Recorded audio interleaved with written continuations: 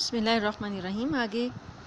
آیت نمبر 179 میں اللہ تعالیٰ فرماتے ہیں ما کان اللہ لیجزر المؤمنین علی ما انتم علیہ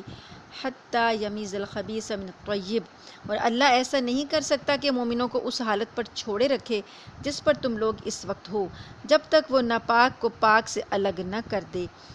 اور دوسری طرف وہ ایسا بھی نہیں کر سکتا کہ تم کو براہ راست غیب کی باتیں بتا دے، ہاں وہ جتنا بتانا مناسب سمجھتا ہے اس کے لیے اپنے پیغمبروں میں سے جس کو چاہتا ہے چن لیتا ہے۔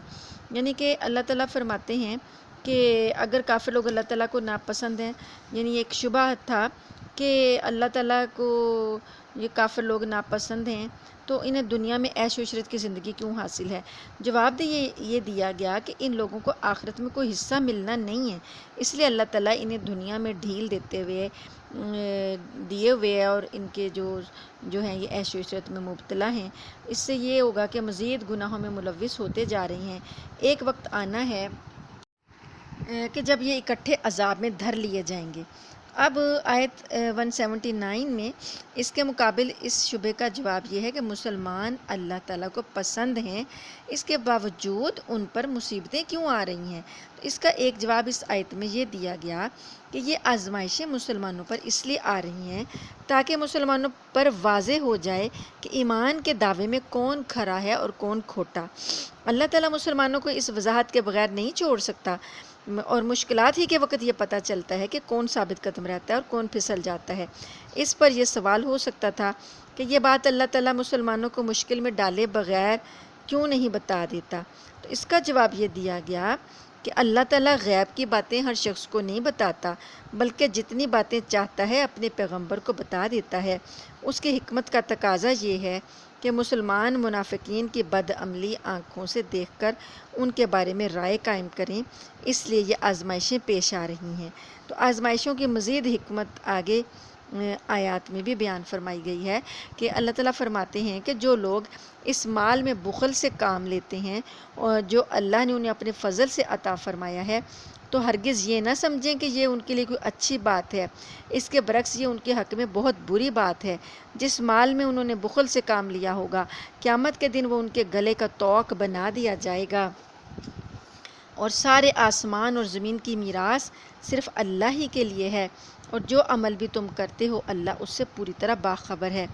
اللہ نے ان لوگوں کی بات سن لی جو یہ کہتے ہیں کہ اللہ فقیر ہے اور ہم مالدار ہیں۔ ہم ان کی یہ بات بھی ان کے اعمال نامے میں لکھ لیتے ہیں، اور انہوں نے انبیاء کو جو ناحق قتل کیا ہے اس کو بھی، اور پھر کہیں گے کہ دہکتی آگ کا مزہ چکھو۔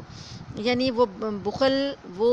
جسے حرام قرار دیا گیا ہے وہ یہ ہے کہ اللہ تعالیٰ نے جہاں خرچ کرنے کا حکم دیا انسان وہاں خرچ نہ کرے، مثلا زکوٰۃ نہ دے۔ ایسی صورت میں جو مال انسان بچا کر رکھے گا، قیامت کے دن وہ اس کے گلے میں طوق بنا کر ڈالا جائے گا۔ حدیث میں اس کی تشریح حضرت صلی اللہ علیہ وآلہ وسلم نے یہ بھی فرمائی ہے کہ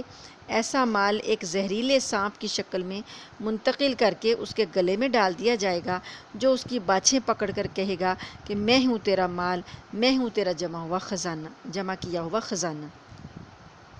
تو جب زکوٰۃ وغیرہ کے احکام آئے تو بعض یہودیوں نے ان کا مذاق اڑاتے ہوئے کہا، گستاخانہ جملے کہے کہ جو اللہ تعالیٰ فقیر ہے اور ہم مالدار ہیں۔ تو ظاہر ہے کہ ان کا عقیدہ یہ نہیں تھا کہ اللہ تعالیٰ معاذ اللہ فقیر ہے، لیکن انہوں نے زکوٰۃ کے حکم کا مذاق اس طرح اڑایا، تو اللہ تعالیٰ نے ان کے اس بیہودہ جملے کا جواب نہیں دیا، بلکہ اس پر عذاب کی وعید سنائی کہ ہم ان کی یہ بات لکھ لیتے ہیں، اور پھر ہم ان کو کہیں گے کہ دہکتی آگ کا مزہ چکھو۔ یہ سب تمہارے ہاتھوں کے کرتوت کا نتیجہ ہے جو تم نے آگے بھیج رکھا تھا، ورنہ اللہ بندوں پر ظلم کرنے والا نہیں ہے۔ یہ وہ لوگ ہیں جو کہتے ہیں کہ اللہ نے ہم سے یہ وعدہ لیا ہے کہ کسی پیغمبر پر اس وقت تک ایمان نہ لائیں جب تک وہ ہمارے پاس ایسی قربانی لے کر نہ آئے جسے آگ کھا جائے۔ تم کہو مجھ سے پہلے تمہارے پاس بہت سے پیغمبر کھلی نشانیاں بھی لے کر آئے، اور وہ چیز بھی جس کے بارے میں تم نے مجھ سے کہا ہے، پھر تم نے انہیں کیوں قتل کیا اگر تم واقعی سچے ہو؟ یہ پچھلے انبیاء کرام کے زمانے میں یہ طریقہ تھا نا، کہ جب کوئی شخص اللہ تعالیٰ کی خوشنودی کے لیے کوئی جانور قربان کرتا تو اس کو کھانا حلال نہیں ہوتا تھا، بلکہ وہ جانور ذبح کر کے کسی میدان میں یا ٹیلے پر رکھ دیا جاتا تھا۔ اگر اللہ تعالیٰ قربانی قبول فرماتے تو آسمان سے ایک آگ آ کر اس قربانی کو کھا لیتی، اور اس قربانی کو سوختنی قربانی کہا جاتا تھا۔ حضرت صلی اللہ علیہ وسلم کی شریعت میں یہ طریقہ ختم کر دیا گیا اور قربانی کا گوشت انسانوں کے لیے حلال کر دیا گیا۔ تو یہودیوں نے کہا کہ چونکہ حضرت صلی اللہ علیہ وآلہ وسلم ایسی قربانی نہیں لے کر آئے، اس لیے ہم ان پر ایمان نہیں لائیں گے۔ تو چونکہ یہ ایک بہانہ تھا ان کا وقت گزاری کا، حقیقت میں ایمان لانا ان کے پیش نظر تھا ہی نہیں۔ اللہ تعالیٰ نے انہیں یاد دلایا کہ ماضی میں ایسے نشانات تمہارے سامنے آئے، اتنے پیغمبر جو تھے وہ اسی طرح کی قربانی اسی طرح کی شریعت قربانی والی لے کر آئے تھے، تو تم انہیں ایمان لانے کے بجائے پھر قتل کیوں کر دیتے تھے، پھر ان پر ایمان کیوں نہیں لائے تھے؟ اے پیغمبر صلی اللہ علیہ وآلہ وسلم، اگر پھر بھی یہ لوگ تمہیں جھٹلائیں تو یہ کوئی نئی بات نہیں، تم سے پہلے بھی بہت سے ان رسولوں کو جھٹلایا جا چکا ہے جو کھلی کھلی نشانیاں بھی لائے تھے،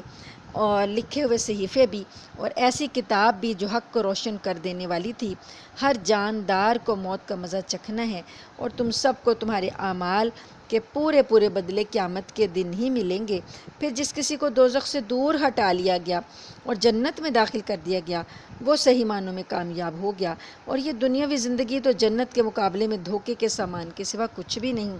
مسلمانوں، تمہیں اپنے مال و دولت اور جانوں کے معاملے میں اور آزمایا جائے گا، اور تم اہل کتاب اور مشرکین دونوں سے بہت سی تکلیف دہ باتیں سنو گے،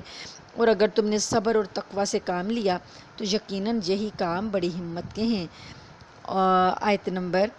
187 187۔ اور ان لوگوں کو وہ وقت نہ بھولنا چاہیے جب اللہ نے اہل کتاب سے یہ عہد لیا تھا کہ تم اس کتاب کو لوگوں کے سامنے ضرور کھول کھول کر بیان کرو گے اور اس کو چھپاؤ گے نہیں۔ پھر انہوں نے اس عہد کو پس پشت ڈال دیا اور اس کے بدلے تھوڑی سی قیمت حاصل کر لی۔ اس طرح کتنی بری ہے وہ چیز جو یہ مول لے رہے ہیں۔ یہ ہرگز نہ سمجھنا کہ جو لوگ اپنے کیے پر بڑے خوش ہیں اور چاہتے ہیں کہ ان کی تعریف ان کاموں پر بھی کی جائے جو انہوں نے کیے ہی نہیں،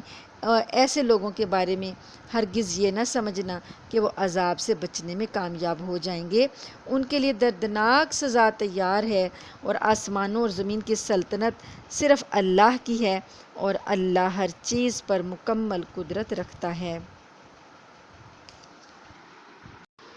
ان فی خلق السماوات والارض واختلاف اللیل والنہار لآیات لأولی الالباب الذین یذکرون اللہ قیاما وقعودا وعلی جنوبہم ویتفکرون فی خلق السماوات والارض ربنا ما خلقت ھذا باطلا سبحانک فقنا عذاب النار۔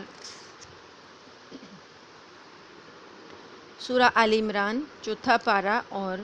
آیت نمبر 190 اور 191۔ ان آیات میں اللہ تعالیٰ فرماتے ہیں کہ آسمانوں اور زمین کی سلطنت صرف اللہ کی ہے، اور اللہ ہر چیز پر مکمل قدرت رکھتا ہے۔ بے شک آسمانوں اور زمین کی تخلیق میں اور رات اور دن کے باری باری آنے جانے میں ان عقل والوں کے لیے بڑی نشانیاں ہیں جو اٹھتے بیٹھتے اور لیٹے ہوئے ہر حال میں اللہ کو یاد کرتے ہیں، اور آسمانوں اور زمین کی تخلیق پر غور کرتے ہیں، اور انہیں دیکھ کر بول اٹھتے ہیں کہ اے ہمارے پروردگار، آپ نے یہ سب کچھ بے مقصد پیدا نہیں کیا، آپ پاک ہیں، پس ہمیں دوزخ کے عذاب سے بچا لیجئے۔ اللہ پاک نے عقل مندوں کی نشانی یہ بتائی ہے کہ وہ زندگی گزارتے ہوئے دائیں بائیں ایسے اندھے بہرے گونگے بن کر نہیں گزار دیتے، بلکہ وہ اس کائنات کی تخلیق میں غور کرتے ہیں، دن اور رات کا جو آنے جانے کا نظام ہے اس میں غور کرتے ہیں، اللہ کی نشانیوں کو دیکھتے ہیں، اس پر ایمان لاتے ہیں، اور اللہ تعالیٰ فرماتے ہیں کہ وہ ہر حال میں اللہ کا ذکر کرتے ہیں، کھڑے بیٹھے لیٹے بھی اللہ کا ذکر کرتے ہیں، اور اللہ کو اس انداز میں یاد کرتے ہیں۔ جب کچھ چیز دیکھتے ہیں، اللہ کی تخلیق پر غور کرتے ہیں، تو اس کے بعد وہ کیا کہتے ہیں؟ سبحان اللہ، یعنی اللہ کی تعریف کرتے ہیں، اور اللہ کی تعریف کر کے کہتے ہیں کہ اللہ پاک آپ نے یہ کارخانہ، یہ کائنات بیکار پیدا نہیں کی ہے۔ تو ہم اس بات پر ایمان لاتے ہیں کہ آپ نے ایک مقصد کے تحت اس کو پیدا کیا ہے۔ اب اگلی آیت میں اللہ تعالیٰ فرماتے ہیں، اور وہ ساتھ اللہ سے یہ بھی دعا کرتے ہیں کہ اے اللہ ہمیں عذاب سے بچا لے، آگ کے عذاب سے بچا لے۔ جب اللہ کا کوئی معجزہ، اللہ تعالیٰ کی کوئی کاریگری، اللہ کی قدرت سامنے آئے تو اس وقت سبحان اللہ کہنا چاہیے۔ سبحان اللہ کہنے کے بعد اللہ کے جو جہنم کی آگ ہے اس سے پناہ بھی مانگنی چاہیے۔ یہ آیت ہمیں یہی بتا رہی ہے کہ وہ اللہ کے بندے اللہ کی آگ سے بھی پناہ مانگتے ہیں، اور آگ کے بارے میں یہ ہے کہ وہ کہتے ہیں کہ ربنا انک من تدخل النار فقد اخزیتہ، اے ہمارے رب آپ جس کسی کو دوزخ میں داخل کر دیں اسے تو آپ نے رسوا ہی کر دیا، اور ظالموں کو کسی قسم کے مددگار نصیب نہ ہوں گے۔ اب یہاں پر دعائیں چل رہی ہیں، اللہ کے نیک بندے کیا کیا دعائیں مانگتے ہیں۔ ایک اور دعا آگے آ رہی آیت نمبر 193 میں، اے ہمارے پروردگار ہم نے ایک منادی کو سنا جو ایمان کی طرف پکار رہا تھا کہ اپنے پروردگار پر ایمان لاؤ، چنانچہ ہم ایمان لے آئے، لہٰذا اے ہمارے پروردگار ہماری خاطر ہمارے گناہ بخش دیجئے، ہماری برائیوں کو ہم سے مٹا دیجئے، اور ہمیں نیک لوگوں میں شامل کر کے اپنے پاس بلائیے، اور اے ہمارے پروردگار کہ ہمیں وہ کچھ بھی عطا فرمائیے جس کا وعدہ آپ نے اپنے پیغمبروں کے ذریعے ہم سے کیا ہے، اور ہمیں قیامت کے دن رسوا نہ کیجیے، یقیناً آپ وعدے کی کبھی خلاف ورزی نہیں کرتے۔ یعنی اب دیکھیں انہوں نے کتنی دعائیں کی ہیں، اللہ کے جو نیک بندے ہیں وہ دعائیں جو کر رہے ہیں، اس میں ایک دعا یہ کہ ہم نے ایک پکارنے والے کی پکار کو سنا جو ایمان کی طرف ہمیں بلا رہا تھا، یعنی کہ نبی جو ہے وہ اللہ کے بندوں کو اللہ کی طرف بلاتا ہے، ایمان کی طرف بلاتا ہے، تو اگر کوئی نبی کی پکار پر لبیک کہتے ہوئے نبی پر ایمان لے آتا ہے تو وہ اپنے ایمان کا وہ واسطہ بھی اپنے رب کو دے رہے ہیں کہ یا اللہ ہم اس پکارنے والے کی پکار پر ایمان لے آئے ہیں، تو اب آپ ہمیں بخش دیں۔ اب نبی تو اب چونکہ دروازہ نبوت کا بند ہو چکا ہے، اور ہمیں قیامت تک کے لیے نبی کریم صلی اللہ علیہ وآلہ وسلم کی جو سنت ہے اور اس پر چلنا ہے، تو آپ صلی اللہ علیہ وسلم کی یہ سنتیں جو ہیں وہ ہم تک کون پہنچا رہے ہیں؟ یہ اس امت کے علماء پہنچا رہے ہیں۔ تو جب کوئی ایمان کی طرف بلائے، ایمان کی طرف پکار کرے تو اس کی پکار سننی چاہیے، اور اس کے پر ایمان کی وہ دعوت دے رہا ہے تو ضرور اس کی بات سننی چاہیے۔ تو یہ ایک یہاں سے ہمیں یہ بھی سبق ملتا ہے کہ اگر کوئی آپ کو ایمان کی طرف دعوت دے تو اس کی دعوت کو ضرور قبول کریں۔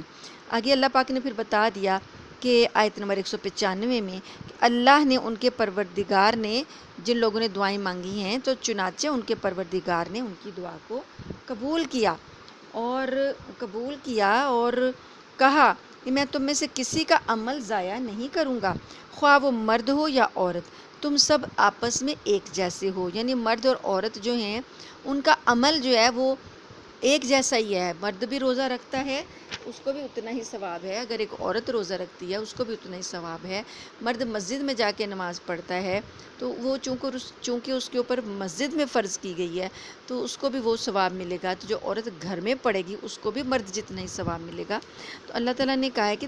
تمہارے اعمال جو ہیں اس کے لحاظ سے تم برابر ہو، یہاں پر کوئی وہ نہیں ہے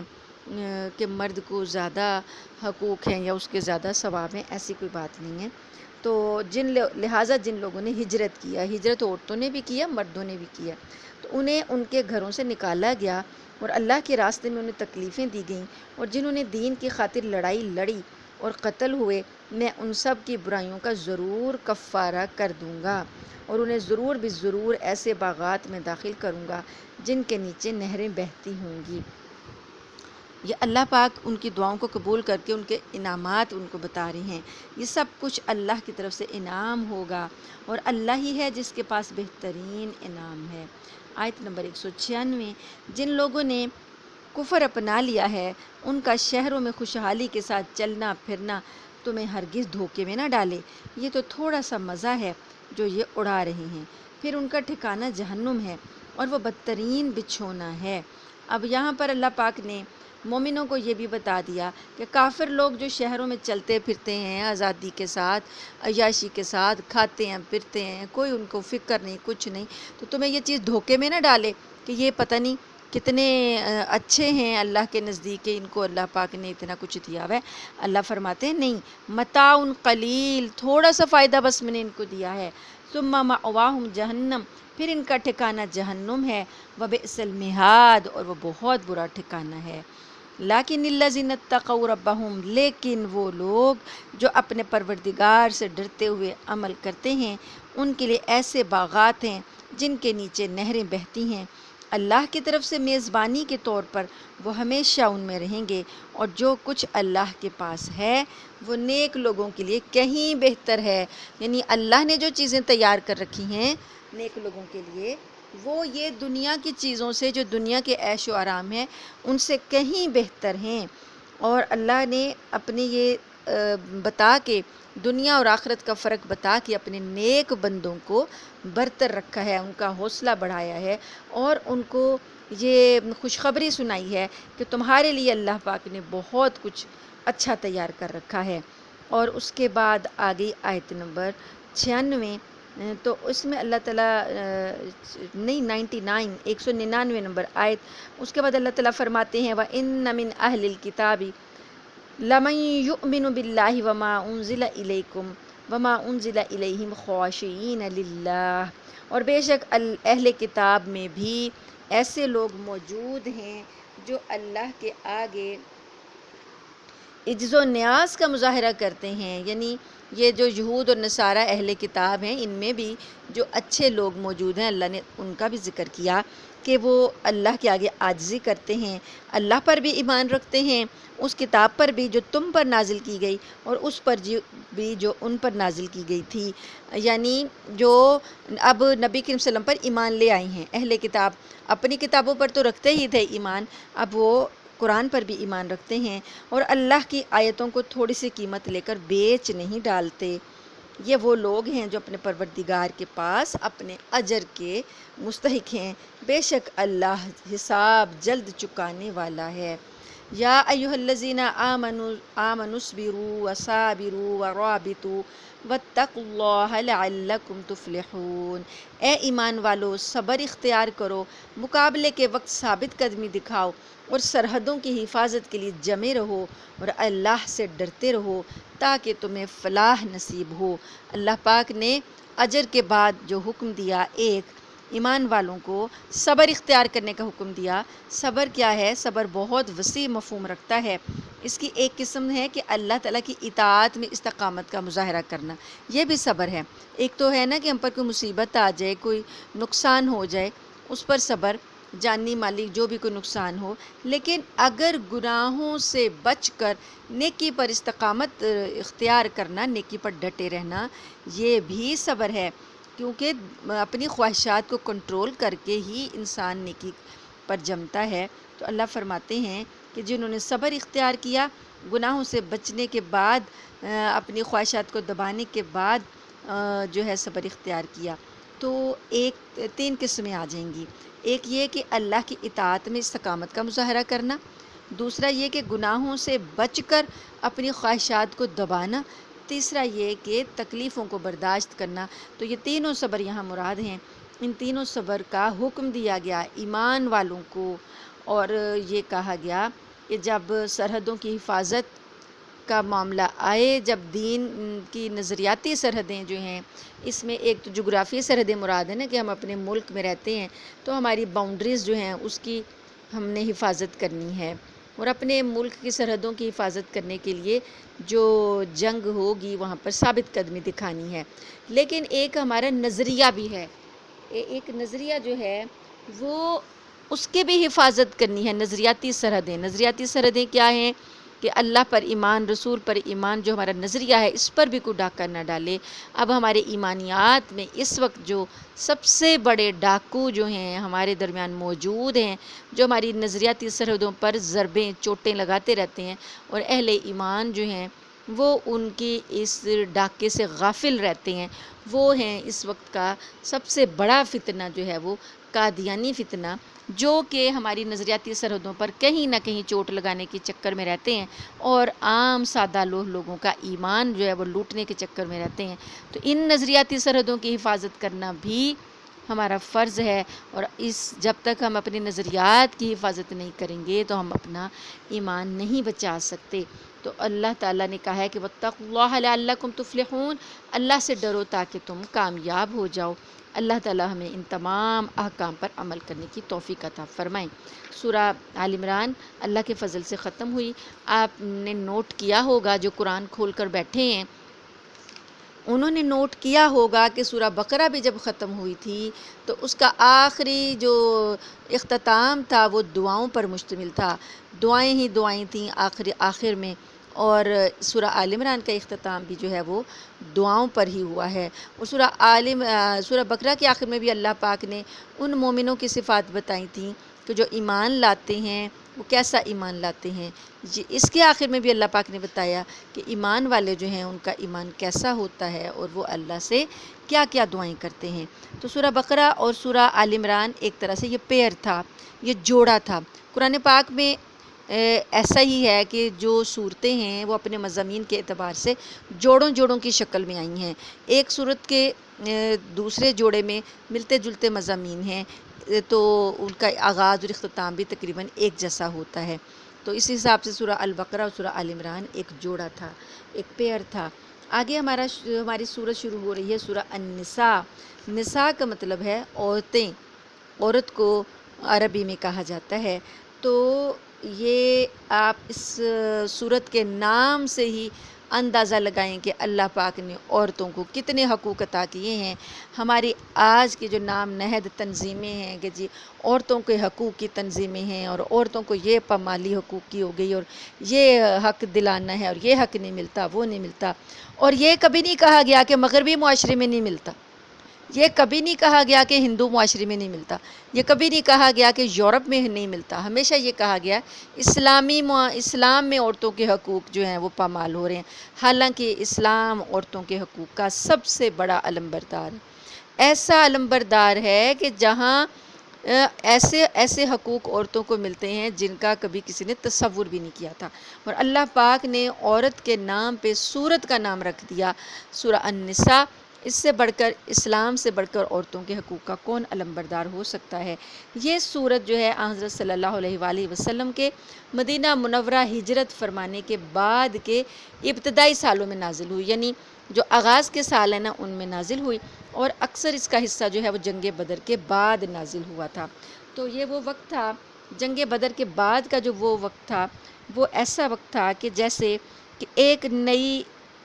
ریاست بنائی تھی نبی کریم صلی اللہ علیہ وسلم نے مدینہ کے نام سے، نئی ریاست اسلامی بنائی تھی۔ مکہ میں تو نہیں بن سکی نا، مکہ میں 13 سال کوشش کرتے رہے، نہیں بن سکی، تو پھر اللہ پاک نے کہا کہ مدینہ ہجرت کر جائے۔ مدینہ نئے آئے تھے، ابھی 1 سال ہی ہوا تھا تو جنگ مسلط کر دی گئی، تو اگلے ہی سال جو ہے وہ جنگ لڑنی پڑ گئی۔ اس کے بعد اب نئی ریاست جب ہوتی ہے اس کے بہت سے مسائل ہوتے ہیں۔ کیا تھے مسائل؟ کیا تھے کہ جو مسلمان ہجرت کر کے آئے تھے ان کو بھی بسانا تھا، ان کے کاروباروں کا انتظام کرنا تھا، ان کی رہائش کا انتظام کرنا تھا۔ اب یہاں پر مدینہ کے لوگ جو مسلمان ہوئے تھے ان ساروں کو ایک انتظامی ڈھانچے میں لے کر آنا تھا نا، کہ ان سارے مسلمانوں کو ایسے تو نہیں چھوڑ دینا تھا نا، ان کے لیے ایک نظام بنانا تھا، انتظام ہونا چاہیے تھا، کس طریقے سے عبادت کی جائے گی، کس طریقے سے ان کے مسائل حل کیے جائیں گے، قاضی کون ہوگا، عدالت کس طرح سے کام کرے گی، اور معیشت کیسے ہوگی، کاروبار کیسے ہوگا، یہ بہت سے مسائل جو تھے۔ اور ایک مسئلہ یہ بھی تھا کہ اگر اس ریاست پر کوئی دشمن حملہ کرے تو اس کی حفاظت کیسے کی جائے گی، اندرونی دشمنوں سے کیسے بچانا ہے، باہر کے دشمنوں سے کیسے بچانا ہے، تو یہ سارے مسائل درپیش تھے۔ تو یہاں پر اس صورت میں ان مسائل پر بات ہوئی ہے، ان مسائل کے بارے میں اللہ پاک نے تفصیل سے ہدایات دی ہیں، اور یہ چونکہ ایک مستحکم خاندانی ڈھانچہ جو ہوتا ہے وہ ایک معاشرے کی بنیادی اکائی ہوتا ہے۔ ایک خاندان مضبوط ہوگا تو وہ خاندان کا جو نظام ہے وہ مضبوط ہوگا، تو اس کے بعد جو ہے آپ معاشرے میں اچھا ایک معاشرہ جو ہے قائم کر سکتے ہیں۔ تو اب خاندان کی جو بنیاد ہے وہ اس صورت میں اس کو بھی ڈسکس کیا گیا، اور خاندان کے نظام کو ڈسکس کیا گیا۔ اس کے بعد اگر خاندان میں کچھ بیوہ عورتیں ہیں، کچھ یتیم بچے ہیں، جہاد ہوا، جہاد میں کچھ شہداء ہو گئے، ان کی بیوی اور بچے ہیں، ان کے مسائل کیا ہوں گے، وہ یہاں پر سارے ان کے اللہ پاک نے احکامات دیے، اور میراث کے احکام دیے کہ کوئی مر جائے گا تو اس کے بعد اس کے ترکے کا کیا ہوگا، اور اس طریقے سے ایک ایک کر کے عورتوں کے ساتھ جو طرح طرح کے اس زمانے میں ظلم ہوتے تھے ان کو ڈسکس کیا گیا، جو عورتوں کے حقوق اس وقت نہیں دیے جا رہے تھے وہ فراہم کیے گئے۔ اس طریقے سے وہاں اس صورت میں جو ہیں وہ بہت زیادہ مسائل جو ہیں وہ ان کا حل پیش کیا گیا، اور مسلمان جو تھے اس وقت عرب کے صحراؤں کے، وہاں پانی کی بھی بہت قلت تھی، سفر میں پانی کی قلت تھی، تو اب سفر کے دوران جو ہے کچھ مسائل پیش آ جاتے ہیں، وہ کیسے حل کیے جائیں گے، ان ساروں کا جو ہے ڈیٹیل اس صورت میں بتائی گئی ہے۔ تو اور پھر ایک یہ بھی عقیدہ جو عیسائیوں کا عقیدہ ہے اس پر بحث کی گئی ہے، اور نبی کریم صلی اللہ علیہ وآلہ وسلم کے ساتھ جو لوگ ہجرت کر کے آئے تھے، باقی جو لوگ مکہ میں رہ گئے تھے، ہجرت نہیں کر سک رہے تھے، ان کو کافروں نے روک رکھا تھا، تو ان کے ساتھ کیا معاملہ ہوگا، اس کا بھی یہاں پر اس صورت میں جو ہے ذکر کیا گیا ہے۔ تو اللہ کے فضل سے، اللہ کے حکم سے ہم سورہ شروع کرتے ہیں، سورہ النساء۔ بسم اللہ الرحمن الرحیم۔ یا ایھا الناس اتقوا ربکم الذی خلقکم من نفس واحدہ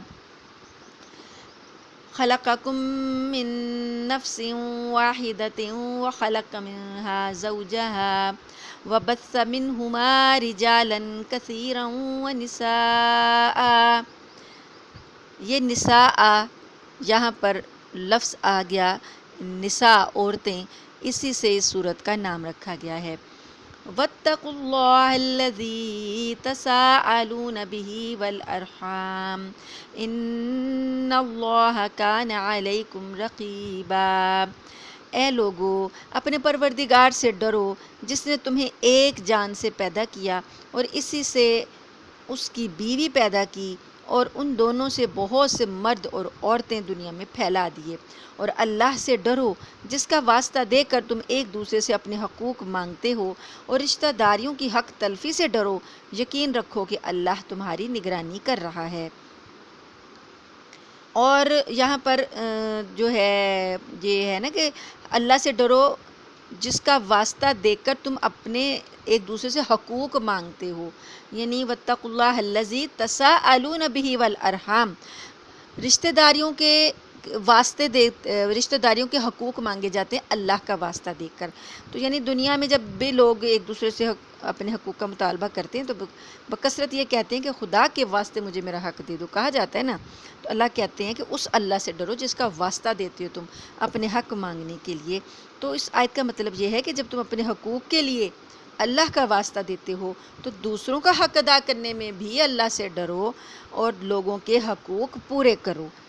آگے آیت نمبر 2، کسی مرنے والے کے بچے جب یتیم ہو جاتے ہیں اس کے بارے میں احکامات دیے گئے۔ وَآتُوا الْيَتَامَىٰ أَمْوَالَهُمْ وَلَا تَتَبَدَّلُوا الْخَبِيثَ بِالطَّيِّبِ، اور یتیموں کو ان کے مال دے